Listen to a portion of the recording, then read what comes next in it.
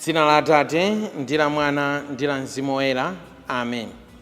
Tikulandireni abale ndi alongo mwa Ambuye pano pa Tilankhuleni Ambuye, lero la Mulungu la 22 pa chaka limene Ambuye Yesu akufunanso atilankhule za malo amene ife timadzipezera mmoyo wathu wa tsiku ndi tsiku, nkudziphatanitsa kwathunthu ndi malo amene ife timawafuna mu ufumu wakumwamba. Kodi kudzera mu zochita zathu tikudzipezera malo otani mu ufumu wakumwamba? Lero mawu athu oyamba akuchokera mu buku la Mphunzitsi. Mphunzitsi mutu 3 kuyambira ndime ya 17 mpaka na ndime ya 18, kenaka kuwerenganso ndime ya 20, kuyambiranso ndime ya 28 mpaka na ndime ya 29. Amene akutiwerengera mawu oyamba ndi Alexius Mbalangwe kuchokera ku St. Cecilia Liqueto Church, Namulenga Parish, mu Archdiocese ya Blantyre. Mawu athu achiwiri akuchokera mu kalata ya kwa Aheberi mutu 12 kuyambira ndime ya 18 mpaka na ndime ya 19, kukawerenganso ndime ya 22 mpaka na ndime ya 24a. Amene akutiwerengera mawu achiwiri ndi Margaret Banda kuchokera ku St. John's Church, St. Anne's Parish, mu Diocese ya Karonga. Ndipo uthenga wathu wabwino walero ukuchokera mu uthenga wa Luka mutu 14 kuyambira ndime ya 1 kupitiliza ndime ya 7 mpaka na ndime ya 14. Amene akutiwerengera mawu amthenga woyera komanso kutigawira mawu ndi Reverend Father John Enoch Kaliwamba kuchokera ku Our Lady of Fatima, Salima Parish, mu Archdiocese ya Lilongwe.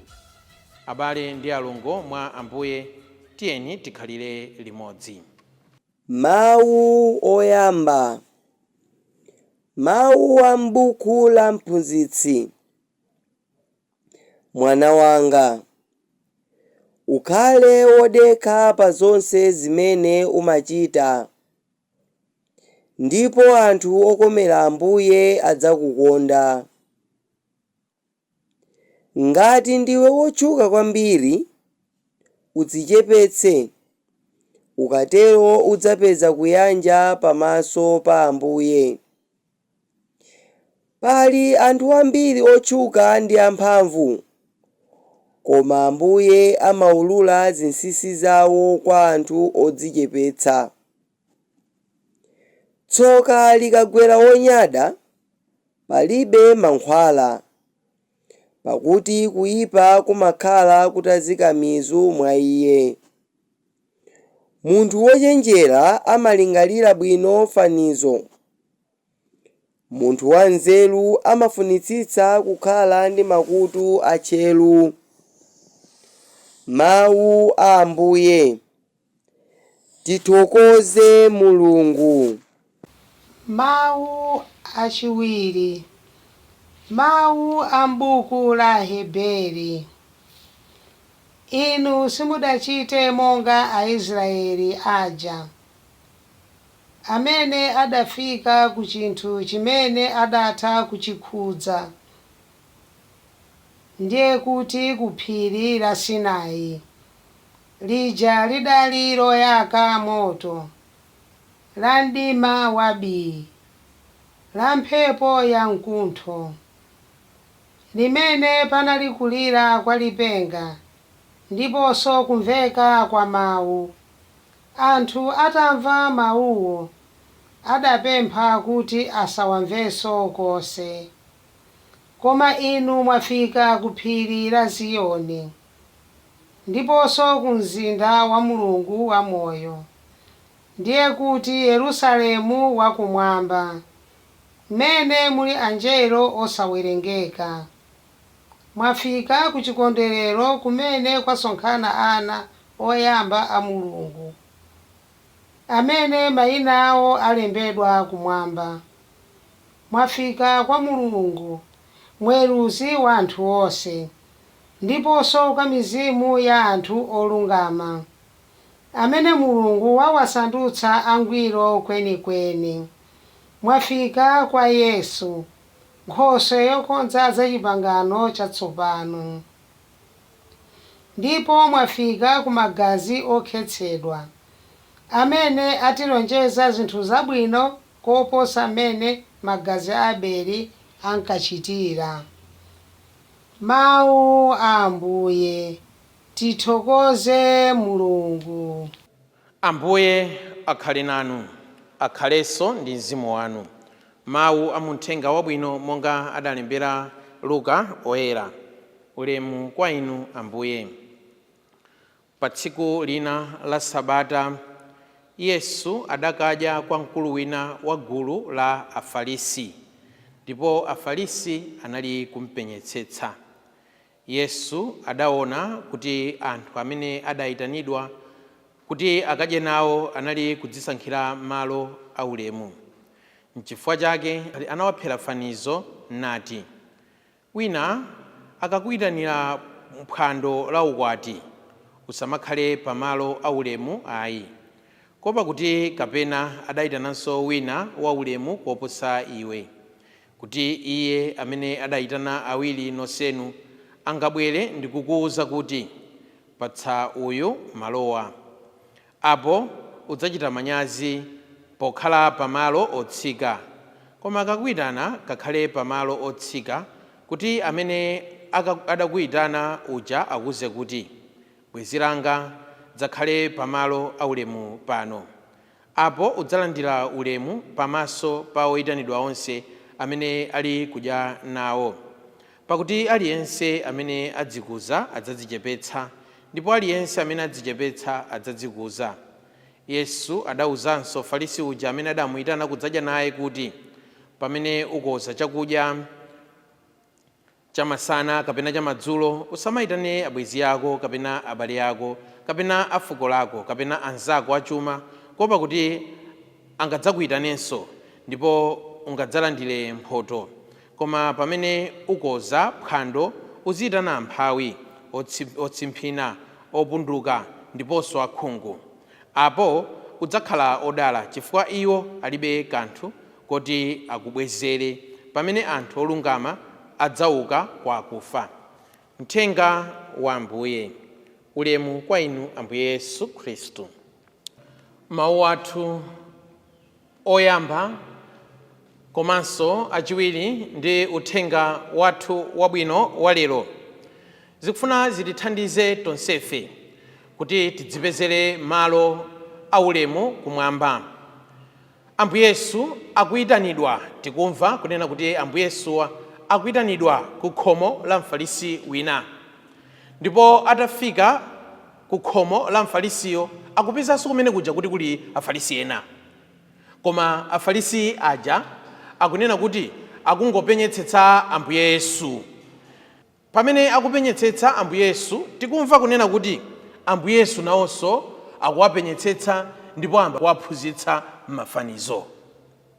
Akuwaphunzitsa kunena kuti pamene inu mwayitanidwa ku phwando, musati mudzipezere malo okwera, koma mukayitanidwa ku phwando, inu mukuyenera kuti mudzipezere kale malo amene ali otsika, kuti mwini wake phwandolo akuyenera kuti achite kubwera nkukuyitanani kunena kuti bwenzi langa tabwera kuno, takhala apa. Kodi uthenga wabwino walero ukutiphunzitsa chani? Kodi mawu athu alero akutiphunzitsa chani? Poyambirira penipeni, pamene Afarisi akuwayang'anitsitsa Ambuye Yesu kunena kuti achita chani, tikuona kunena kuti Ambuye Yesu akuwayang'ananso Afarisiwo. Moyo wathu wa tsiku ndi tsiku tikamakhala, we should always remember kunena kuti Mulungu amaona zimene tonsefe timapanga. Pamene maso athu akuyang'ana kwa Mulungu, maso a Mulungu nawonso alinso pa ife. Choncho ife zimene tikupanga tikuyenera kuti tizizifunsa kunena kuti zimene tikupanga zikumukondweretsa Mulungu, chifukwa ndi zimene Mulunguyo akuona. Zimene Ambuye Yesu akuona sizikuwakondweretsa Ambuye Yesuwo, chifukwa anthu akuzisankhira malo aulemu. Kenaka uthenga wabwino walero ukutiphunzitsanso kunena kuti salvation cannot be gotten by self-justification. Chipulumutso sitingachipeze chifukwa chodziyenereza kudzipatsa malo aulemu tokha ayi. Akubwera nkumadzipezera malo aulemu. Ambuye Yesu nkuwauza kwina kuti mukayitanidwa musamachite kudzipezera malo aulemu. Moyo wathu wa tsiku ndi tsiku tonsefe timapezeka kuna kuti timakhala ndi malingaliro ngati amenewa, malingaliro omadzipezera malo aulemu. Tilipo akhristu amene tidadzipulumutsa kale tokha, amene timaganiza kwina kuti tikakhala papalishi pathu pajapo ngati pali anthu opulumuka 10 ndiye kuti oyambawo ndifeyo, enawo adzikachita kuonjezera koma namba 1 namba 2 ndiye ndifeyo. Self justification. Bwanji malo moti tidzipezere malo, tiwalole Ambuye kuti kudzera mu zochita zathu popeza akutiona atipezere malo nkutipatsa malo aulemu kumwamba. Malo aulemuwa ndiye chipulumutso chathu, malo aulemuwa ndiye chipulumutso chanu. Zingathe kutheka kuna kuti mudadzipatsa kale malo, zingathe kutheka kuna kuti ndadzipatsa kale malo, koma bwanji tiwalole Ambuye Yesu kuti kudzera mu zochita zathu atipatse malo amene akutiyenerera kudzera mu zochita zathu. Ndipo nafenso popeza malo amene atipatse akubwera atipatsa chifukwa cha ubale wathu ndi Ambuye Yesu, mu zochita zathu tionetsetse kuna kuti tikudzipezera malo abwino. Uthenga wathu wabwino wa lero ukutiphunzitsa kwina kuti tipeze malo aulemu, mupeze malo aulemu, ndipo malo aulemu timadzipeza osati chifukwa chonena kuti ifeyo tavala zinthu za ulemu, osati chifukwa kuti tikuoneka maulemu, osati chifukwa kuti tikuoneka amphamvu, osati chifukwa kuti ndife otchuka ayi, koma chifukwa chonena kuti zimene ifeyo tili zikutiyenereza malo aulemu. Zimene ifeyo tili zikutiyenereza malo aulemu. Kodi zimene ineyo ndili zingathe kundiyenereza malo aulemu pamaso pa Mulungu? Kodi zimene inu muli zingathe kuyenerezani malo aulemu pamaso pa Mulungu?